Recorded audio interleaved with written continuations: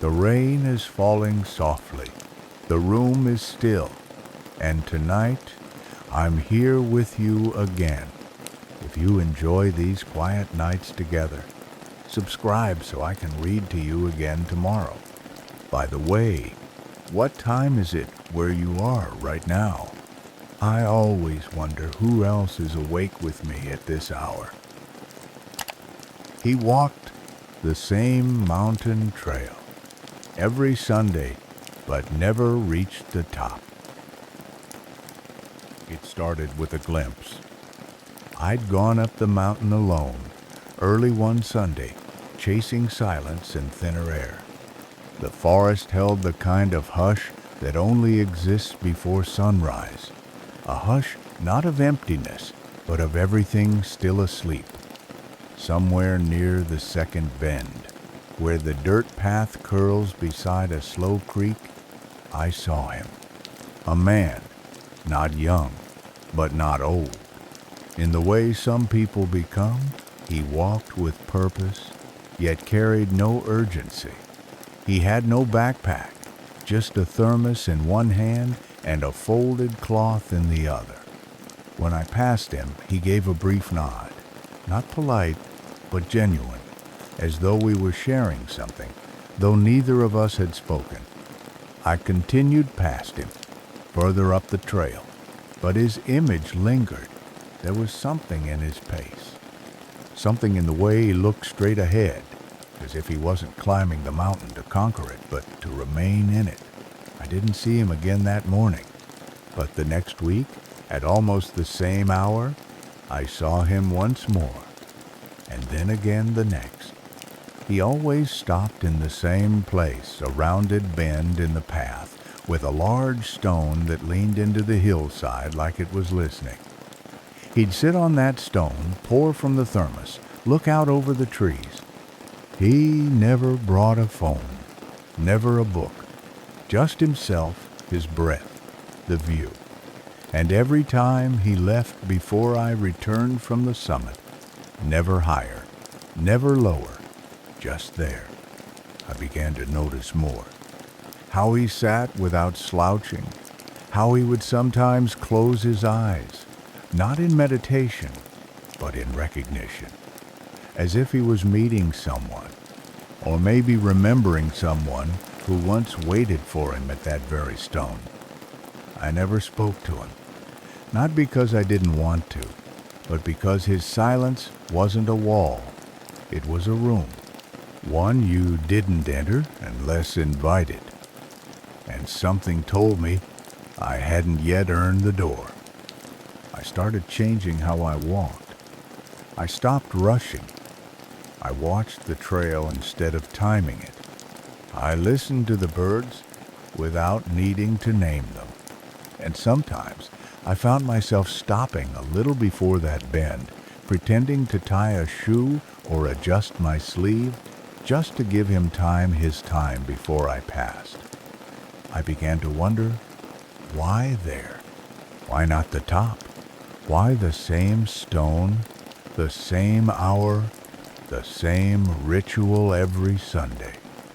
And I think, even then, part of me already knew there are summits that can be touched, and there are others that live only in the return. The fourth Sunday, I didn't go all the way up. I stopped near the bend and waited, leaning gently against a tree whose bark was warm from the early sun. I told myself I needed to retie my boot, or stretch, or check the trail for something. But the truth was simpler. I wanted to see when he'd arrive. I wasn't sure what I was expecting. Maybe I thought he'd look different when no one was watching. But he came just as before, same jacket, same thermos, same easy, measured pace. He didn't seem surprised to find me there, standing off the path. Just gave me a nod, exactly like the first time. I nodded back, and then, as if by silent agreement, I turned and kept walking. Not far, just past the curve, with the trees open into a quiet overlook. I stood and listened. The sound of him settling onto the stone, unscrewing the cap of the thermos, sipping. The forest didn't mind our presence. Birds continued as if we were trees. Light spilled across the trail without hesitation. And though we didn't speak, there was something shared. I couldn't name it. Still can't. That day, I didn't reach the summit. I thought I might go back down early, but instead, I lingered near a pool of still water that collected between roots. I watched my reflection ripple gently in the breeze, and for the first time in a long time, I didn't feel the need to move. The hike began to change for me after that. It stopped being a goal and became a rhythm. Each Sunday brought the same quiet, the same bends in the path, the same moment when I would see him, the man who never reached the top. I still hadn't spoken to him. I didn't want to break the pattern. It felt sacred somehow, like music that's made of silence as much as sound. But in those mornings, I began noticing things I'd missed before. A scratch in the bark of a tree I always passed, shaped like a sideways heart, a feather left between stones, moss that grew in the exact shape of a footprint. The trail began to speak, softly, like someone who waits until you're quiet enough to listen. I began to wonder, was he here because of someone he once climbed with? Was this been their resting place, their memory anchored into stone? Or did he simply stop when he realized the top wasn't the point? I never asked, but every week I got closer, not to him maybe, but to something I hadn't known I'd come for. And for now, that was enough. That Sunday, he wasn't there. I waited longer than usual at the bend, pretending again this time, less convincingly, that I needed to stretch or retie a boot. The stone was empty. The trail was quiet. The light filtered through the trees the same as always, but it felt different, like a page without a sentence you expected. I sat for a moment on the opposite side of the trail, my back against a low oak, facing the stone he usually claimed. I didn't know what I was hoping for. Maybe I thought he'd appear late, or that he'd come from the other direction, even though he never had. The forest wasn't any louder than usual, but my thoughts were, I found myself wondering things I hadn't allowed myself to think before. Had he moved away? Was he ill? Or simply done with this ritual I had silently become part of? The strange part was how much I felt it, his absence, as if he had occupied more than just the stone, more than just the space, as if he'd become part of the landscape. His stillness had balanced mine, and now, without him, I was just someone sitting on dirt, waiting for something that might never come. I didn't go to the summit that day. I didn't even try. Instead, I stayed there, letting the hours pass, as I imagined he might have. I poured tea from my own thermos for the first time, something I'd never done on the trail before. It tasted different, somehow sharper, more present. I imagined the view from where he would have sat, the curve of trees, the slow sway of branches, the way the mist in the distance hovered just above the valley, like something too shy to settle. Eventually, I stood and walked further up the trail. Not far, just enough to stretch my legs and breathe, and there, maybe 50 meters ahead, on a flat rock near the edge, I saw it. A folded cloth, tucked between two stones, weighed down by a small, dark river pebble. It looked like his. I didn't touch it, but I sat near it. not close enough to disturb, just near. And I stayed there for some time, watching the breeze stir the edges of the cloth. It felt like something left on purpose, not forgotten, but placed like a pause left in a sentence, as if to say, I'll be back. Or maybe you will. That night, I dreamt of the trail. Not the man, not the summit, just the sound of his footsteps somewhere behind me. Not chasing, just walking the same path, at the same pace, exactly where they were meant to be. It took me weeks to do it. I would pass the bend, glance at the stone, and keep walking, sometimes slowing down, sometimes even stopping for a breath. But I never sat. Something about it felt untouchable, like a chair someone had always occupied, even in absence. But the next Sunday, with leaves beginning to fall and the air tasting faintly of cold, I paused longer than usual. The stone, worn smooth in its middle, caught the light in a way that invited, not claimed. And, without fully deciding to, I sat. The surface was cool, not uncomfortable, just honest, like something that had seen too many seasons to pretend. I poured tea into the small metal cup I'd begun bringing, and sat without movement, letting the forest settle around me. For a while, I did nothing but listen. Wind, soft and constant, stirred the trees. The call of a bird I couldn't name echoed low and then faded. Far below, a branch snapped deer, maybe, or time shifting its weight. I tried to imagine what he saw each time he sat here. The same view, yes, but not the same perspective. I wasn't him. I didn't carry his reasons. But now, sitting there, I could feel why someone might return here again and again, and never need to go further. The summit was nothing from here. Invisible, irrelevant. The valley, though open, wide, gently endless, held its own kind of silence, not empty, but full of everything not said. The stone beneath me seemed to hold memory, not words, not stories, just presence. The kind that lingers long after the footsteps are gone. I stayed for almost an hour. No phone, no music, no need to turn anything into a moment. It simply was. When I finally stood, I didn't look back.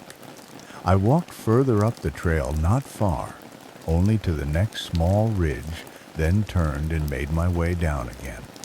And as I passed the bend on my return, I glanced at the stone one last time. It looked no different, but something in me had shifted. I hadn't taken anything. I hadn't claimed anything. I had simply shared the silence. And maybe, in that, I had been closer to him than I'd ever been while he was there. That night, I wrote a single sentence in my notebook. Some places don't wait to be filled. They wait to be understood. I took a stone. Nothing large, just a small, flat piece of slate from the edge of the bend, half covered in moss. I don't know why I picked it up that Sunday. I didn't plan to. It wasn't meant as a souvenir. It just fit in my palm, cold, textured, solid in a way few things in my life had felt lately. I tucked it into my jacket pocket and sat again on the stone, his stone. This time, I didn't watch the trail. I didn't listen for footsteps. I simply let the morning unfold as if it didn't need me to mark it. And maybe it didn't. The forest was in no rush. Shadows moved slowly across the path. The light thickened behind clouds and then thinned again. Every now and then, a gust of wind sent a cascade of golden leaves down from above, soundless, like breath. I sipped from my thermos, mint and something sweet. I'd added honey that morning. I imagined he'd made tea like this. Too warm, nothing too strong, something chosen for comfort, not sharpness. The stone in my pocket was a quiet weight, not a burden, more like an anchor. A reminder that I had, for however briefly, learned how to stop moving. I stayed on the bend longer that day. Time slipped differently there. I didn't feel the usual push to ascend. No summit was calling. No goal was asking to be reached. The mountain had already given what it had to give. Not a view, but a stillness. A pause with edges worn smooth. On the way down, I passed two hikers coming up, young, laughing. One carried a loud speaker, playing music from their backpack. I stepped off the trail for them to pass. They barely noticed me, and I didn't mind. That version of me, the one who once pushed for elevation, for movement, for checking something off, would have been them not long ago. But now, I felt invisible in a peaceful way, like part of the mountain. The stone stayed in my pocket all the way home, and when I arrived, I placed it gently on the windowsill above my writing desk. No label, no meaning assigned, just there, like a breath I could hold with my eyes. And that night, when I turned out the lights, I noticed how the stone caught a little of the moon, pale, still, present, like the memory of something that never needed to be named. It was sometime during the 11th Sunday that I knew what I would say to him if he ever came back. I didn't rehearse it. I didn't even write it down. But it formed in me the way mist forms on glass slowly, gently, until the shape was clear. I had arrived earlier than usual that morning. The air had turned colder, and the trees had already lost much of their canopy. The trail looked thinner, as if the sky had come closer. I walked more slowly than ever, letting my boots trace every stone, every root, without effort.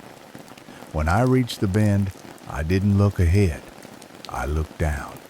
The stone was still there. Of course it was. But something was different, not in the object, but in me. I sat without hesitation. I knew how now. My body understood the weight, the silence, the waiting. And this time, I closed my eyes. Not to meditate, not to rest, but to remember how it felt to simply be part of the landscape. That's when the thought came, quiet and complete. If I see him again, I'll just ask, what brought you here the first time? Not, what do you come here for? Not, why don't you climb higher? Just that, one question. A door, not a demand. I smiled at how small it was, and how full it felt, because what I really wanted wasn't an answer. It was the pause he would take before answering, the breath, the consideration, the recognition that someone had been watching kindly, not closely. The hours passed easily. The wind was sharp but gentle, the kind that reminds you you're alive. I poured tea again. This time, a blend with ginger and something floral. The scent stayed on my hands. I watched a bird dark blue, small, quick land and leave the same branch 3 times. I thought of all the people who pass through life without ever stopping, without ever sitting on their version of this stone, without ever asking, what brought me here the first time?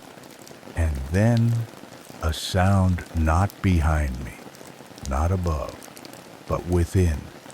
The awareness that something was changing, that the waiting was becoming readiness, that whatever this place had been giving me, it had been enough. I didn't need his story anymore to understand mine, but still, I hoped just a little that I'd see him once more, not to thank him, not to explain, just to offer a silence back to him. One he could sit inside, like I had, without question, without noise, just presence. At first, I thought it was him. The way the figure moved through the trees just below the bend, slow and upright, made my breath catch. I didn't move. I watched. He or they stepped carefully, as if trying not to interrupt something. That alone felt familiar. But when the figure came into full view, I saw it wasn't the man I had been waiting for. It was someone younger, shoulders tense, a backpack strapped too tightly across the chest, restlessness in the way the feet met the earth.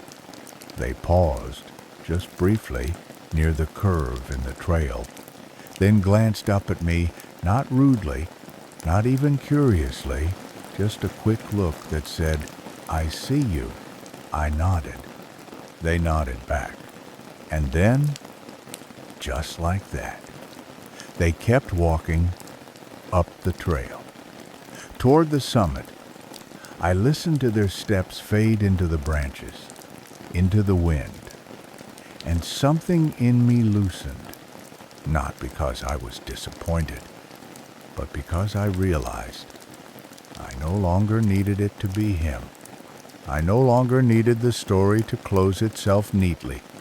The man, the silence, the ritual, they had already given me what they could, and maybe I'd never see him again. Maybe he had moved or passed, or simply chosen a different path. But the bend, the stone, the quiet, they stayed. And I stayed with them. I reached into my coat pocket and ran my thumb across the edge of the slate stone I'd brought home weeks before. It had smoothed even more with time. Now, it felt like a part of me. I pulled it out, placed it gently on the large stone beside me, and let it sit in the sun. A returning, a leaving behind. A gesture that wasn't dramatic, but felt true. The forest was calm. No grand sign, no revelation. Just trees and shifting light, and the slow, steady movement of the seasons turning. That afternoon, I didn't walk further up. I didn't descend either. I just stayed, not out of hope, not out of memory, but because I was full. I'd learned to be still inside the pause, to sit without looking over my shoulder, to meet the wind without bracing for it. I thought then, maybe this was the summit after all. Not above, but within. Not something I had to earn, but something I had to slow down enough to recognize. I went back down as the light began to soften, the trees casting long, gentle shadows across the path. My boots met the earth more slowly than before, not out of tiredness, but respect. It was the kind of descent that didn't feel like leaving, but like carrying something home. I didn't stop to look back at the bend. I didn't need to. It wasn't behind me. It had settled in me, in my pace, in my breath, in the way I now understood stillness, not as absence, but as presence. The mountain didn't say goodbye. It never does. It simply allowed me to pass, the same way it had allowed me to pause. I reached my car, placed my pack in the back seat, and sat behind the wheel without turning the key.